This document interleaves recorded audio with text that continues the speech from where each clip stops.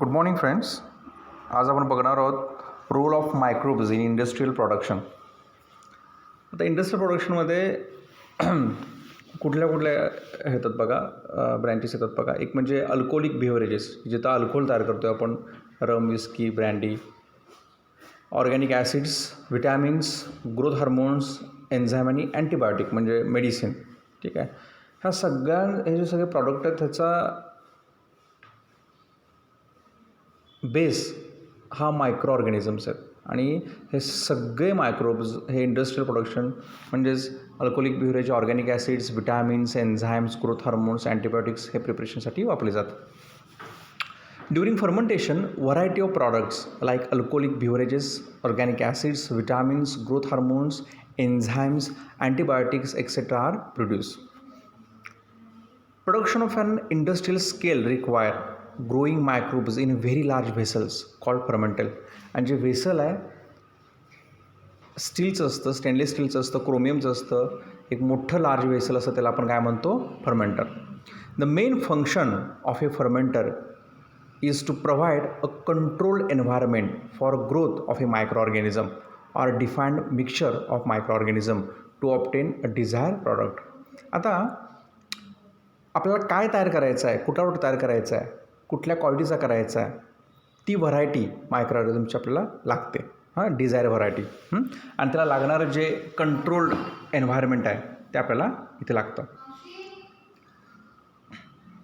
त्यातलं पहिलं आहे प्रोडक्शन ऑफ अल्कोहोलिक बिव्हरेजेस. आता अल्कोहोलिक बिव्हरेजेस म्हणजे काय, आपण अल्कोहोल तयार करतो आहे. आता अल्कोहोलचे वेगवेगळे यूज आहेत, आपण पुढे बघणार आहोत. The beverage is a liquid use or prepared for drinking. मग त्याच्यामध्ये टी आहे, कॉफी आहे, बियर आहे, वाईन आहे, which acts as a stimulant. हे आपल्याला काय करतात, स्टिम्युलेट करतात, ब्रेनला थोडंसं रिलॅक्स करतात. Alcoholic beverages are the product of alcoholic fermentation of a specific substrate. Use of microbes in making alcoholic beverages is known as since a Vedic period. अगदी Vedic पिरियडपासून लक्षात ठेवा, हे अल्कोहोल हे मद्य आहेत, हे तयार केले जातात. 5000 to 7000 BC इतकी त्याची हिस्ट्री आहे. म्हणजे त्या काळापासून, अगदी वैदिक पिरियडपासून लक्षात ठेवा, अल्कोहोल किंवा हे जे मद्य आहेत हे तयार करण्याची प्रोसेस सुरू झालेली आहे. Microbes especially yeast have been used for time immemorial for the production of beverage like wine. त्यात वाईन येते, beer, whisky, brandy and rum. For this purpose the yeast, आता जी ईस्ट आपण यूज करतो आहे, द ईस्टचं नाव आहे सॅकॅरोमायसिस सेरेव्हेसी. पुन्हा हे इलिप्सॉइडिस, कॉमनली कॉल्ड ब्रिअर्स ईस्ट. हे शक्यतो यूज केलं जातं. आपल्या इथं लक्षात ठेवा, सांगली जिल्ह्यामध्ये तासगाव, पलूस, कवठेमहांकाळ ह्या ठिकाणी द्राक्षाची मोठ्या प्रमाणात उत्पादन घेतलं जातं आणि ह्या द्राक्षापासून रेड वाईन नावाची वाईन तयार केली जाते. नाशिक आहेत त्याचबरोबर.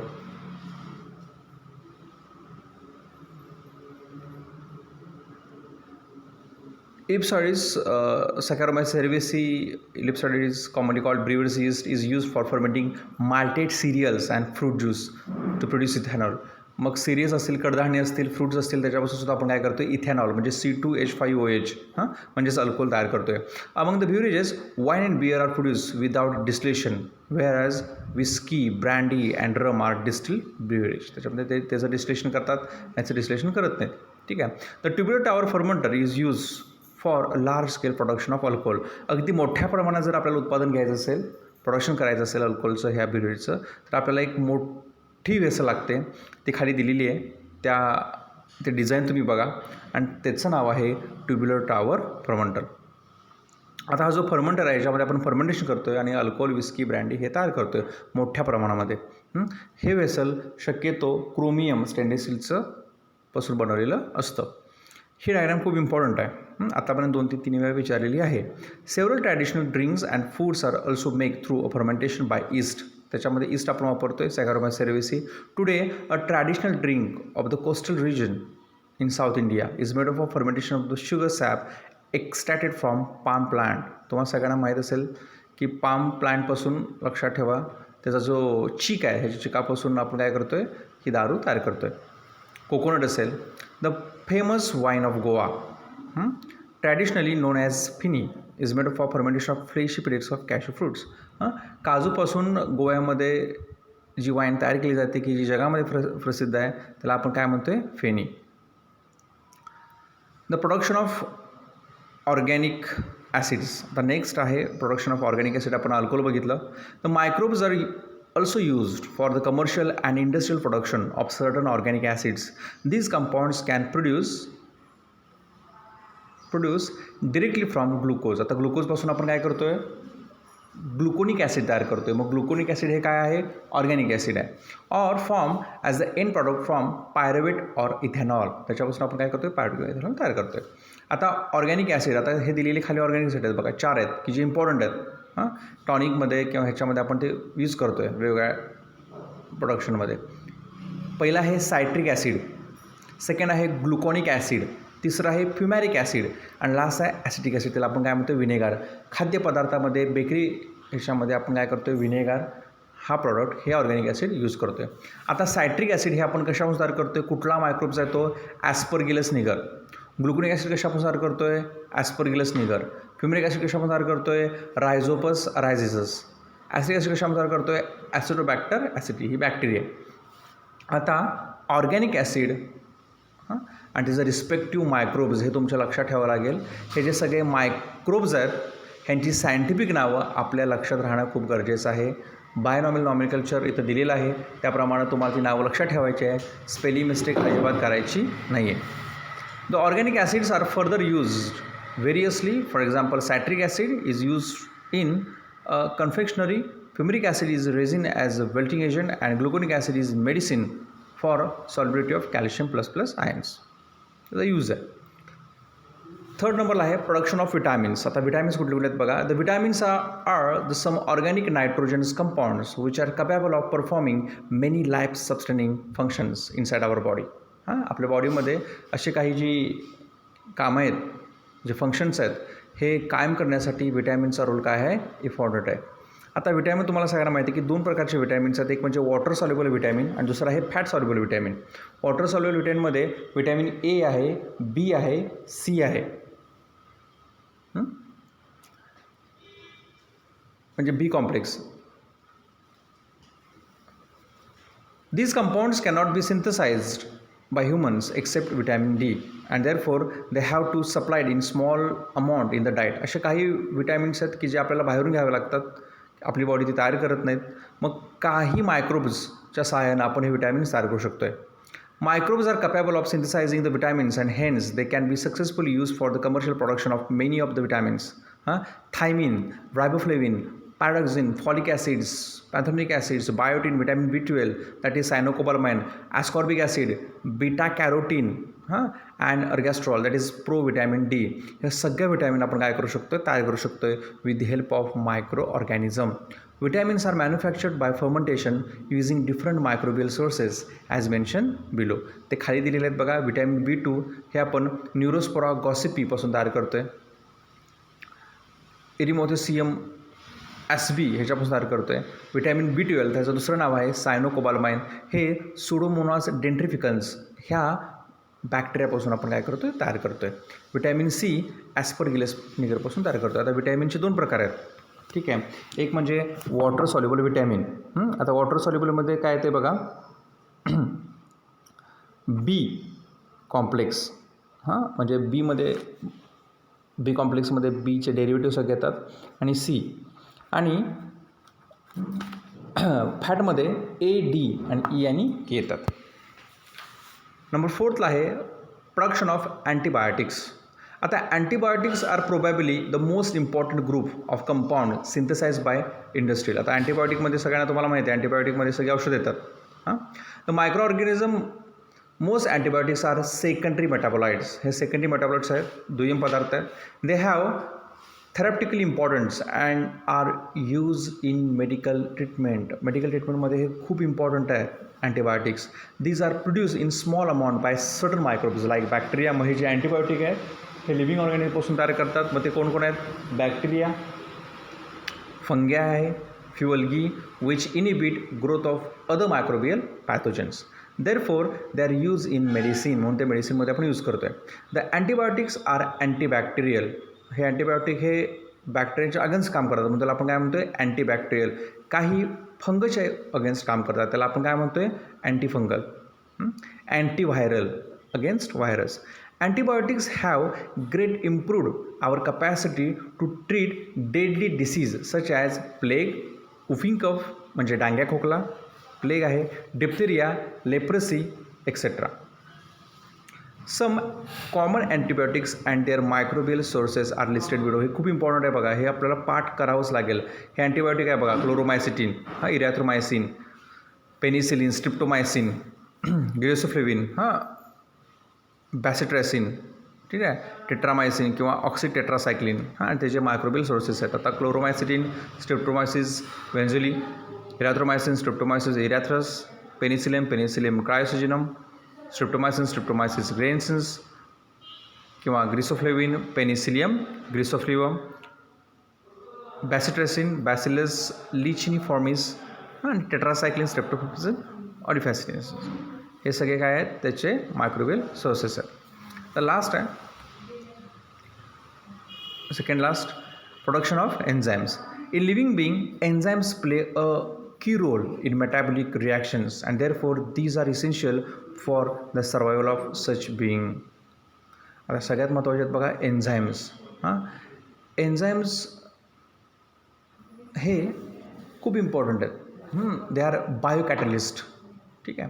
आता हे जे एन्झाईम्स आहेत हे प्रोटीनं बनलेले आहेत. ठीक आहे. All enzymes are made up of proteins but all proteins are not enzyme. सगळे एन्झाईम्स हे प्रोटीनं बनलेले आहेत, पण सगळे प्रोटीन म्हणजे एन्झाईम नव्हे. Enzymes are protein known as biocatalyst. ते जिवंत ह्याच्यावरतीच ॲक्ट होतात. ड्यू टू देअर ॲबिलिटी, एखाद्या रिॲक्शनचा रेट ते काय करतात एक्सिड करतात. Due to their ability to promote reactions more quickly at a body temperature and more efficiently. Enzyme हे ठराविक टेम्परेचरलाच काय होतात ॲक्टिवेट होतात. म्हणजे त्या टेम्परेचरच्या खाली बिलो ते डिॲक्टिव्ह होतात आणि टेम्परेचरवरती ते काय होतात डिनेचर होतात, म्हणजे काय होतात इनॅक्टिव्ह होतात. Many microbes synthesize and excrete large quantities of enzymes into the surrounding medium. Using this feature of these tiny organisms, many enzymes are produced commercially. काही मोठ्या प्रमाणात कमर्शियली यूज करतात. These enzymes are amylase, cellulase, protease, lipase, pectinase, streptokinase and many other. ह्याला medical इंडस्ट्रीमध्ये ह्याचा काय role आहे. Detergent कंपनीमध्ये सुद्धा म्हणजे टाईड असेल, सर्फ एक्सेल, ह्या कंपनीमध्ये सुद्धा हे बऱ्याचपैकी एन्झाईम्स यूज केले जातात. Several industrial sectors use enzymes of microorganism for specific applications. In the textile industry enzymes are able to improve the quality of the fabrics. In the pulp and paper industry, pulp आणि paper इंडस्ट्रीमध्ये सुद्धा आपण त्याचा काय करतो use करतो आहे. They are involve in a biomechanical pulping and bleaching in the food industry. They are used in the fermentation process for the production of bread and drinks. Bakery इंडस्ट्रीमध्ये ड्रिंक ह्याच्यामध्ये वेगवेगळ्या ह्याच्यामध्ये ज्यूस टिकवण्यासाठी आपण एन्झाईमचा use करतो आहे. Such as wine beer also they are participate in the extraction of substance such as carotenoids, olive oil, lipase use as a detergent industry, कपड्याच्या इंडस्ट्रीमध्ये म्हणजे वॉशिंग पावडरच्या इंडस्ट्रीमध्ये, because they have a superior cleaning property, increase in the brightness and removing the oil stain. हे enzymes काय करतात कपड्यावरचे पडणारे डाग किंवा ब्राईटनेस वाढवतात. They are use in cosmetics, animal feed, agriculture industries among others. Following are the few examples of enzymes use in industrial food processing. आता काही enzymes आहेत हे जे इम्पॉर्टंट आहेत आणि त्याचा मायक्रोबियल सोर्स दिलेला आहे, म्हणजे हे एन्झाईम्स आपण ह्या मायक्रोब्समधून एक्स्ट्रॅक्ट करतो आहे, बाहेर काढतो आहे. त्यातलं पहिलं आहे इन्व्हर्टेज. इन्व्हर्टेज हे आपण ईस्टपासून तयार करतो आहे, सॅकॅरोमायसिस सेरेव्हेसी.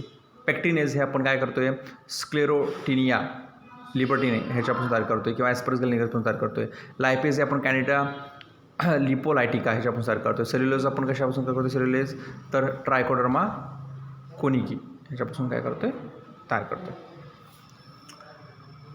नेक्स्ट आहे जिबर्लिन प्रोडक्शन. आता जिबर्लिन हे जे त्याला आपण हार्मोन आहे. Gibberellin is a group of growth hormone mainly produce by higher plants and fungi to promote growth of stem elongation. म्हणजे स्टेम जर आपल्याला वाढवायचं असेल तर लक्षात ठेवा जिबरिन हे खूप इम्पॉर्टंट आहे. आपल्या इथं मेथी कोथिंबिरी ठीक आहे हिची ग्रोथ पटकन होण्यासाठी जिबरिनचा स्प्रे दिला जातो. 1 ग्रॅम जिबरिनची किंमत साधारण 150 ते 200 रुपये आहे. The first gibberellin was isolated by 2 Japanese scientist Yabuta and Sumiki. पहिल्यांदा म्हणजे जिबरिनचा शोध हे 2 जापनीज सायंटिस्ट आहेत. 1938मध्ये ह्यांनी शोध लावला जपानमध्ये. त्यांचं नाव आहे याबुटा आणि सुमिकी.